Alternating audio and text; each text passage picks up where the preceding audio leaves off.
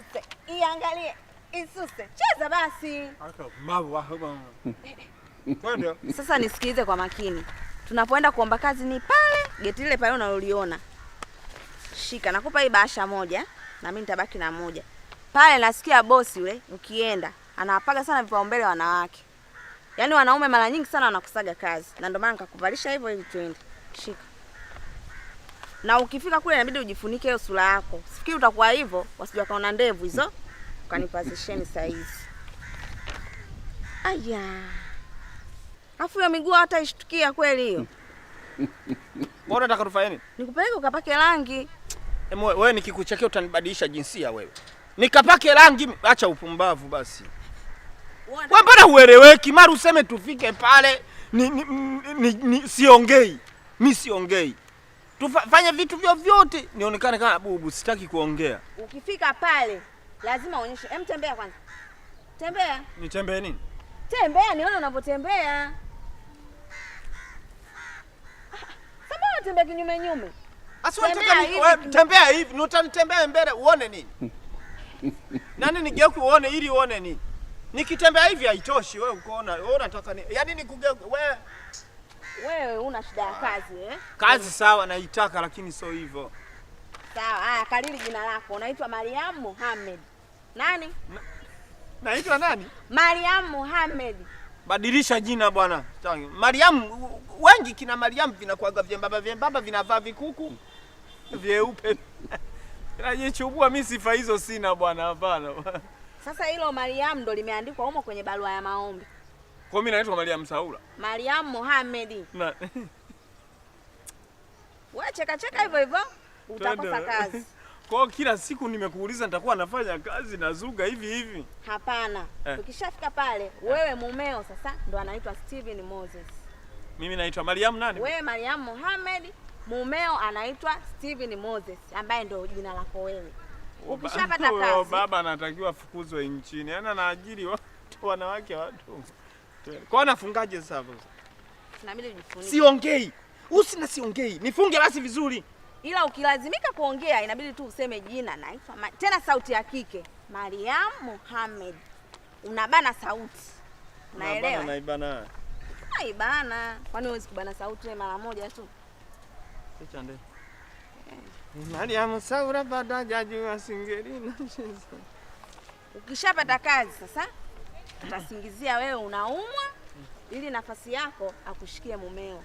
Ndo utakuja ambaye ndo Steve. Ndo utakuja wewe official. Sawa twende. Tangulia wewe. Tangulia ni kuona unavyotembea, unaweza ukatembea kidume hivi. Tembea basi. Yaani kazi ni kutafutie, alafu bado unitese.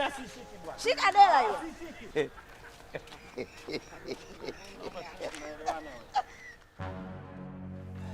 Karibuni. Asante.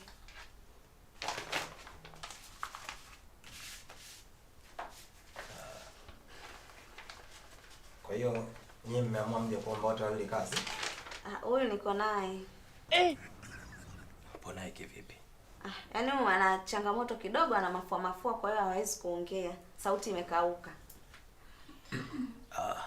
Ikiwa tu leo anakuja kuomba kazi, sauti yake imekauka, hawezi kujielezea mwenyewe. Je, atawezaje kufanya kazi? Mimi ningeomba mmoja akae nje, mwingine aje ndani. Sasa mjichague.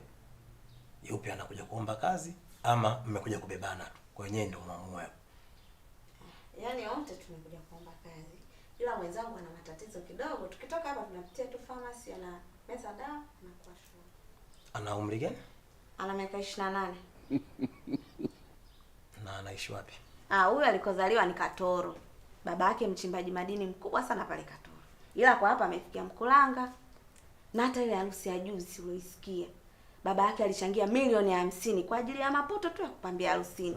Na hakutaka kutajwa, yule baba hapendi sifa kabisa. Hapa yenyewe nimekosea kumtaja. Nisamee udugu wangu, simwambie baba yako. Tambuka mimi jamani. Kwa hiyo wapo kwenye ile familia ya kuchimbaji wa madini ule? Si familia yake ina hela. Hasa namna hii si atatusumbua hapa ofisini. Manake kama familia yake ni matajiri aje kufanya kazi. Mimi naisi angeenda tu, asifanye kazi na sisi. Yaani huyu hapendi vya bure, anapenda kujitafutia, yani anapenda kula kwa jasho. Ndio maana ameamua kuja kufanya kazi. Hapendi kabisa kutumia hela za baba yake. Pia kama itatokea ukimpa ajira, ana mume wake anaitwa Steven Moses. Ikitokea, japo mimi siombei, ikitokea akapata maradhi labda akawa anaumwa, mume atakuja kukaimu nafasi yake. Binti, hili kwangu mimi ni jipya kabisa. Yaani sijawahi kusikia mtu anaenda kuomba kazi. Sawa, halafu mnasema kabisa kama atakubaliwa, baadaye likitokea tatizo eti ndio aje kumaliza mumewe. Haya mambo ya wapi? Yaani manake mmeshajiandaa kabisa kwamba mtakuja kupata hata matatizo kwa jinsi inavyoonekana. Nimesemea tu, yani emergency.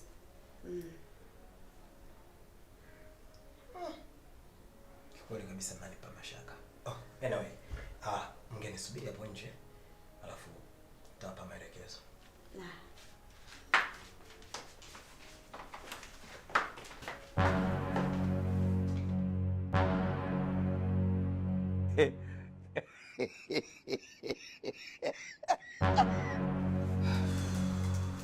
Habari za size boss.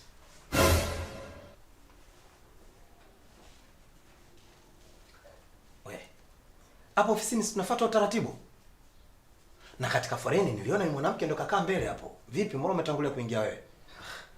Yule ni mke wangu tu boss, hana shida. Ataisubiria tu hata kama nikichelewa. Huyo ni mke wako? Ndio boss. Kwa hiyo mmekuja wote wawili. Anyway, hata kama ni mkeo lakini bado inatakiwa kufuata utaratibu. Manake yeye ndio yuko mbele. Sasa unakuwaje unaanza wewe?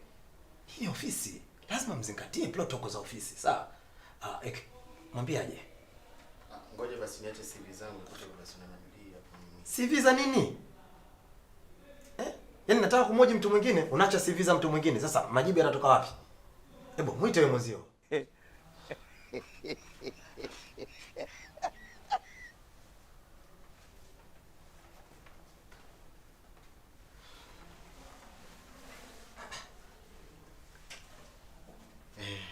Ndio hapa boss. Kwa haina shida tu kituruview sote wawili.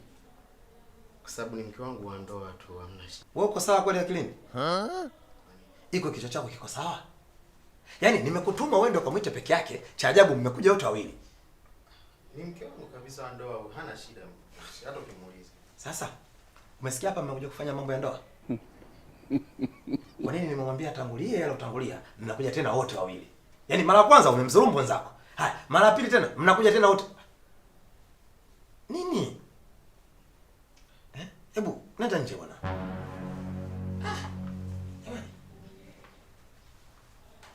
Basi shikamoo.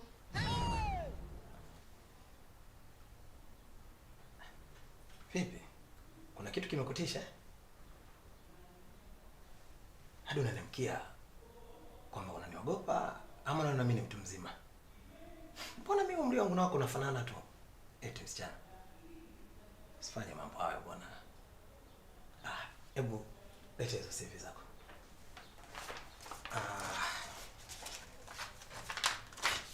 Sina shida kukagua. Sijui ushafanya kazi sehemu gani na sehemu gani, na maanisha una uzoefu gani katika hii kazi? Hapana bosi, sina uzoefu. Mwenye uzoefu ni mume wangu. Sijali. Uzoefu utakupatia hapa hapa. Na huyu ni mume wako ndoa? Ndio bosi. Anyway, sio shida. Kwa hichi ambacho mimi nakiona kutoka kwako, wewe kazi umepata. Hapo la msingi wewe ndio kajiandae tu. Jumatatu uje kuanza kazi. Na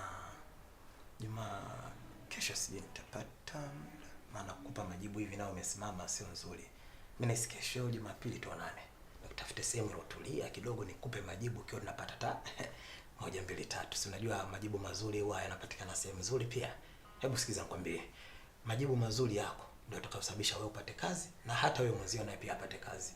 Sawa, kwa hiyo usidharau hicho ninachokwambia. Sawa bosi. Okay. Kama ikitokea nimekupa kazi katika ofisi yangu, unataka nianze na mshahara wa shilingi ngapi kwa mwezi?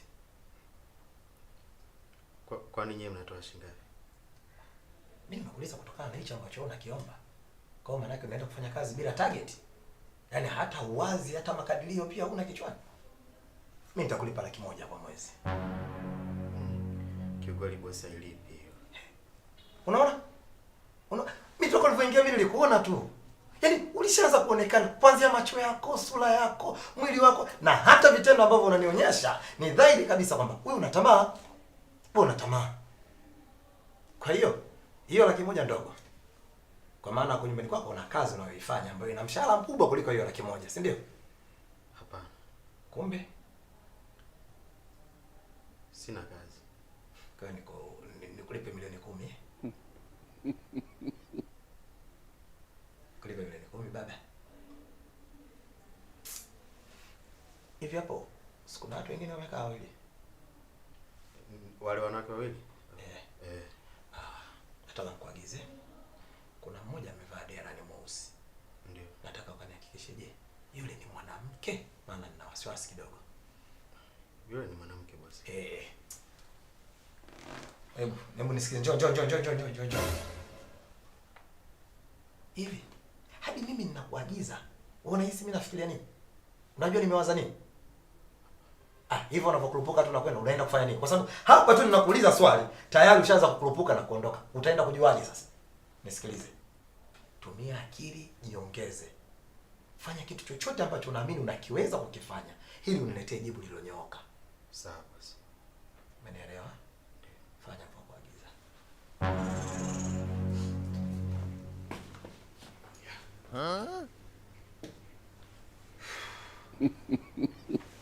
Ngoma.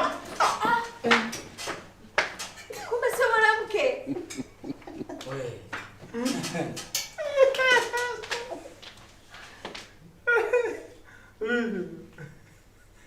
Chani. Mbona nifanyie? Unasikia? Ndio mbanga. Wewe usiende kusema huko bwana. Njoo usiende kusema. Nipe 1,000 nisiende kusema. Nikupe 1,000. Twende ukachukua ofisini. Twende njoo.